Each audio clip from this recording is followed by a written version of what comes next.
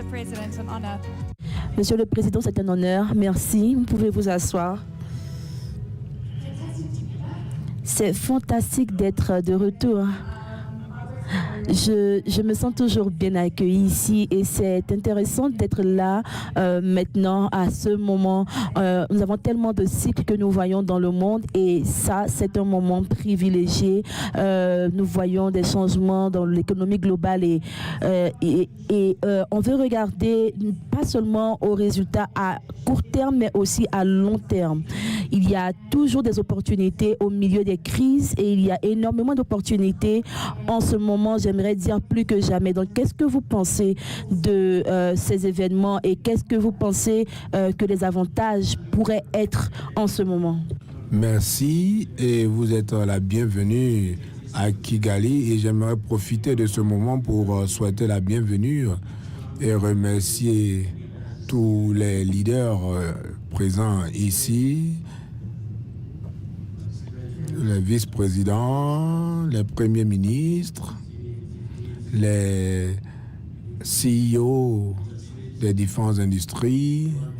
J'aimerais vous souhaiter la bienvenue à Kigali et vous remercier, merci pour avoir honoré votre invitation et d'être ici avec nous. Bien sûr, j'aimerais aussi remercier Amir et son équipe de Jeune Afrique pour avoir eu l'idée de pouvoir réunir tout le monde ici.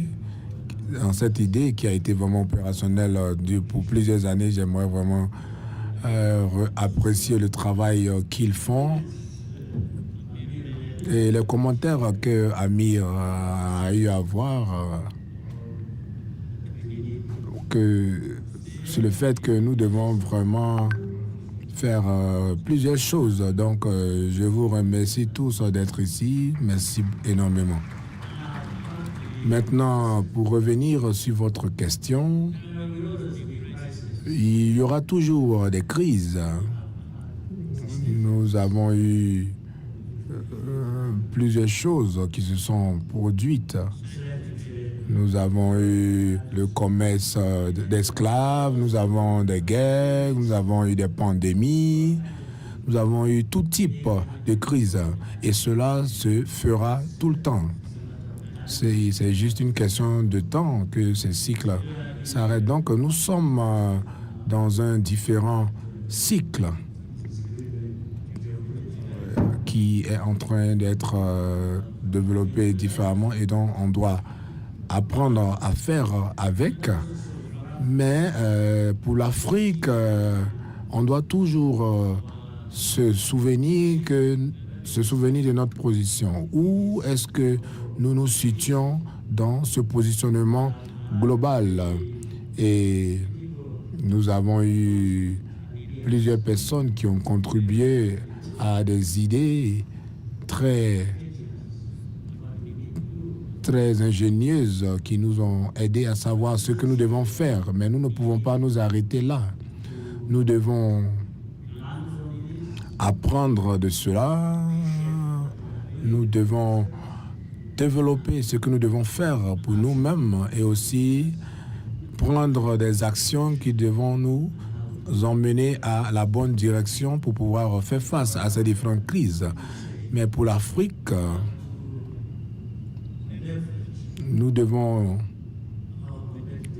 tirer profit de notre avantage compétitif et nous en avons beaucoup. Donc pourquoi est-ce que l'Afrique a un mésavantage lorsque nous regardons un peu dans le passé pour voir où est-ce que l'Afrique a manqué ceci ou cela? Mais nous avons presque tout. Si vous regardez le secteur de l'énergie verte, dans ce continent contient 60% de l'énergie solaire et du potentiel. Nous avons 60% de ce potentiel. Et si vous regardez aussi les différents minéraux critiques dont nous avons mentionné plus tôt, La majorité d'eux sont dans notre continent pour pouvoir créer des batteries pour l'énergie solaire et différentes énergies. Mais l'Afrique a beaucoup de ressources. Mais nous sommes vraiment silencieux et nous sommes en train de perdre toutes ces différentes ressources. Et donc, ceux qui ont ces différentes énergies-là ne savent pas toujours quoi en faire. Si vous regardez aussi le capital humain, en termes de capital humain, l'Afrique a une abondance. En fait, je pense qu'aujourd'hui ou dans les années à venir, l'Afrique aura la plus grande classe moyenne dans le monde. Donc, comment pouvons-nous avoir ces ressources? Et nous sommes ici en train de réfléchir comment faire face à tous les différents défis qui ont été présentés par les géopolitiques, toutes les différentes crises que nous voyons dans le pays. Donc, on doit tous se mettre ensemble et trouver une solution pour pouvoir remédier à cela. Comme Amir l'a mentionné plus tôt, qu'est-ce que nous allons perdre si nous ne faisons pas... Qu'est-ce que nous allons perdre en ne faisant pas toutes ces différentes choses? Nous allons plus perdre si nous ne faisons pas ce que nous devons faire. Et c'est un point très important, c'est le moment de se mettre en action. Et vous avez parlé des pandémies. Il y a une façon dont nous avons vu ces pandémies. Il y a eu beaucoup de hauts et de bas, beaucoup de changements. Donc, comment est-ce que l'Afrique a pu gérer on va dire les deals perdants, je veux dire. Comment est-ce que l'Afrique a pu se positionner pour refuser des opportunités qui n'en étaient pas véritablement? On a vu le Ghana en faire, notamment avec les opportunités dans le minerai. Donc aujourd'hui, on a différentes subventions, notamment des États-Unis, et l'Afrique est toujours vue comme un endroit où des gens peuvent extraire, dont les gens peuvent profiter d'une certaine façon. Mais aujourd'hui, alors qu'on est en train de voir comment collaborer avec les États-Unis et les subventions, j'aimerais savoir comment est-ce que vous coopérez au sein de cette nouvelle dynamique internationale, de sorte à avoir la participation de tout le monde. C'est une crise, comme vous l'avez dit. Et cela a été créé par les mêmes choses dont nous en parlons. L'Afrique qui ne peut pas tirer profit de notre capacité, de notre potentiel. L'énergie que nous avons dans notre continent, vous voyez que vraiment, ce n'est pas vraiment développé comme il se doit. Le fait, c'est que les différents pouvoirs sont déjà monopolisés à leur niveau. Ils utilisent leur pouvoir comme ils le veulent. Et cela même n'est plus caché. C'est vraiment ouvert et on peut tous le voir, comme la situation que vous avez mentionnée, celle que nous avons dans la région du Congo et les autres crises qui impliquent le Rwanda et d'autres pays de notre région. Les sanctions, ce n'est pas juste le cas du Rwanda, mais nous avons aussi d'autres cas. Souvent, les sanctions sont juste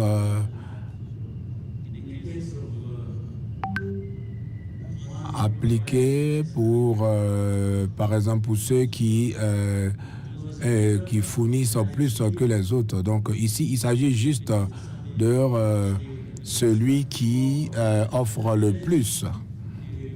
Et donc, celui qui a une meilleure offre. Est-ce que vous pensez que toutes les opportunités doivent conduire à des opportunités dans le minerai? Oui, cela est visible. Je n'ai pas besoin de le dire, mais c'est quelque chose qu'on le voit. Il y a beaucoup d'endroits qui travaillent comme cela se faisait dans le passé. Dans le passé, les rois avaient l'habitude de donner à leurs enfants le contrôle de beaucoup de choses. Et c'est ce qui se fait aujourd'hui. Donc, une personne peut dire allez-y et vous pouvez prendre et faire ce que vous voulez dans une région. Et c'est comme ça que l'Afrique est traitée. Donc, ces pouvoirs que vous voyez qui viennent ici, qui nous essayent de nous donner des leçons sur la démocratie. Mais d'un côté, nous avons des personnes qui donnent des leçons, mais derrière, ce n'est pas vraiment ce qui se fait. Et c'est un aspect qui est vraiment critique. Et c'est la raison pour laquelle les leaders africains, certains d'entre eux sont ici, des frères et sœurs, les différents CEO et tous les autres Africains. Je pense que nous avons besoin de nous donner de la valeur. On ne peut pas juste être des personnes qui attendent d'être manipulées par des personnes qui ont le pouvoir de nous dire ce qu'on doit faire. On doit avoir la capacité de dire non. Et on vous a vu refuser, on vous a vu dire non. Alors, comment est-ce qu'on peut s'organiser pour que les pays puissent capituler? Est-ce que vous le faites en ce moment? Je n'ai jamais capitulé dans quelconque situation. Ce n'est pas une mauvaise situation. C'est vrai que c'est vraiment difficile, mais je pense qu'il s'agit de sanctions et des mesures qui peuvent affecter des personnes. Mais je pense que nous serons plus affectés en ne faisant pas ce que nous devons faire. Donc, il s'agit juste de faire des calculs. Et ce n'est pas vraiment difficile de dire non. Il coûte plus de dire oui à la mauvaise pratique. Donc nous sommes ici et toutes ces choses se sont déjà passées d'une manière ou d'une autre. Même ceux qui ont reçu des cadeaux ou des pots de vin, je pense qu'ils n'ont pas vraiment vécu longtemps pour pouvoir voir les gains de pouvoir exploiter des personnes. Et donc, je pense que chacun de nous ici, tous les différents pays africains, je pense que nous devons vraiment nous mettre ensemble. Je pense qu'il y a beaucoup de choses que nous pouvons faire pour pouvoir développer l'Afrique et pouvoir arriver au niveau où nous devons être. Et donc, ne vous inquiétez pas de tous ces différents pouvoirs que vous pensez qui ont la possession du monde et qui peuvent décider de ce qu'ils veulent. Et je vous entends très bien. Quand vous parlez d'hypocrisie et des lois nationales qui sont appliquées dans certains endroits et d'autres lois qui sont enfreintes dans d'autres endroits, nous sommes en train de parler de pouvoir coopérer dans un environnement global. Et qu'est-ce que vous pensez que l'Afrique peut faire dans cet environnement global aujourd'hui? Mon opinion est que ces différentes pressions que nous recevons du monde, l'Afrique, selon moi, est en train d'être couramment rappelée de se réveiller. Donc je pense qu'on doit vraiment se réunir et réfléchir à ce que nous avons et réfléchir à ce que nous devons faire pour pouvoir trouver une place pour nous dans ce monde où il y a tellement d'injustices et beaucoup de défis. Donc on doit vraiment regarder intérieurement ici en Afrique.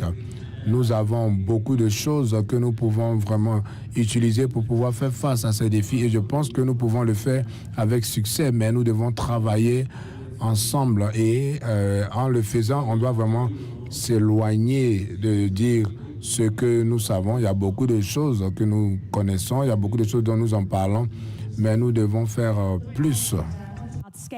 Le secteur privé, développer les opportunités. Le secteur privé est celui-là qui présente énormément d'opportunités. Il y a une valeur fantastique. Mais il y a beaucoup de choses qui ne tournent pas rond. Et comment est-ce que l'Afrique peut se positionner comme champion et développer ce secteur? En fait, le secteur public est en avant, mais nous servons encore plus en trouvant des voies et moyens afin de pouvoir rapprocher le secteur privé du secteur public, afin que chaque partie en sorte bénéficiaire. Lorsque vous considérez le besoin du continent, je voudrais remercier le secteur privé. Le secteur privé, à un certain niveau, démontre de l'excellence. Ils essayent de surmonter certaines barrières auxquelles sont exposés le secteur public. S'il n'y avait pas ces barrières, le secteur privé serait bien au devant et le continent en bénéficierait encore plus. Donc, j'interpelle tout un chacun afin que le secteur privé et le secteur privé trouve un moyen de pouvoir mener les activités. Nous avons pu voir la présentation d'Amine et certains d'entre nous dans le secteur public avons besoin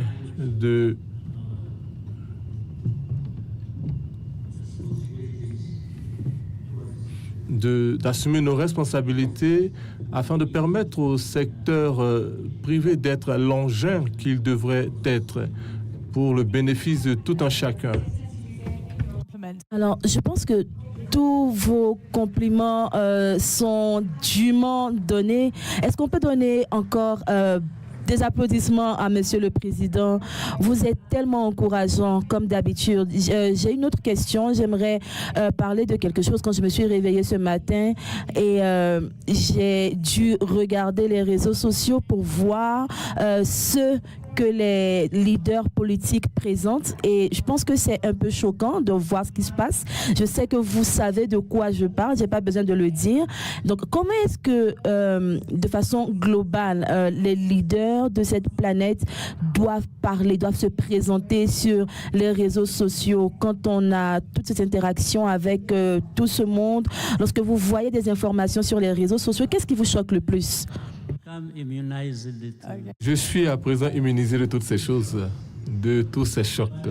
Mais les réseaux sociaux sont très intéressants. Ils fournissent une sorte d'égalité dans un certain sens. Ils permettent la présentation des idées, des sentiments. Et les médias ont été démocratisés, ce qui est une chose importante. Chacun peut s'exprimer et se faire entendre. Si vous êtes à tort, alors il y aura des interventions pour vous rappeler que telle action n'est pas convenable. Mais je pense qu'il y a quelque chose que nous devrons ici prendre en considération. Les réseaux sociaux sont tellement ouverts que nous sommes bien au-delà de ce sens réduit d'être guidé dans une certaine voie où notre réflexion est réduite, où nous sommes obligés de réfléchir même d'une certaine manière parfois erronée. Et donc, les réseaux sociaux ont ouvert la voie à tout un chacun de s'exprimer. Et donc, nous suivons et il revient à tout un chacun de scanner et de prêter attention à tout ce que nous entendons et voyons. Et donc, c'est une bonne chose de recevoir des conseils mais il est de la responsabilité individuelle de décider de notre réponse et comment cela pourrait nous bénéficier. Vous n'avez pas répondu à ma question concernant le facteur du choc. Quand vous êtes choqué, qu'est-ce que vous faites? Je disais tantôt, je suis immunisé.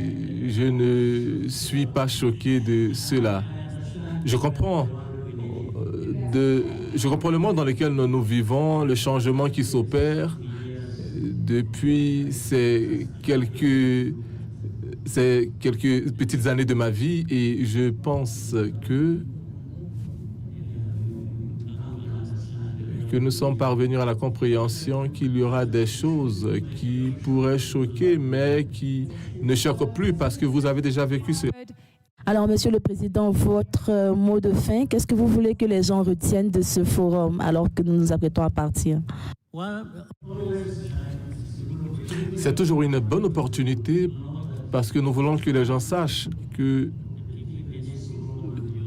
chaque personne dans cette salle a quelque chose à contribuer et à recevoir également en retour pour faire bénéficier les autres, et le continent a énormément qui n'est pas encore mise à utilisation, et donc cela dépendra de tout un chacun, peu importe l'endroit où nous trouvons, de pouvoir nous élever afin que nous puissions être là où nous devons être.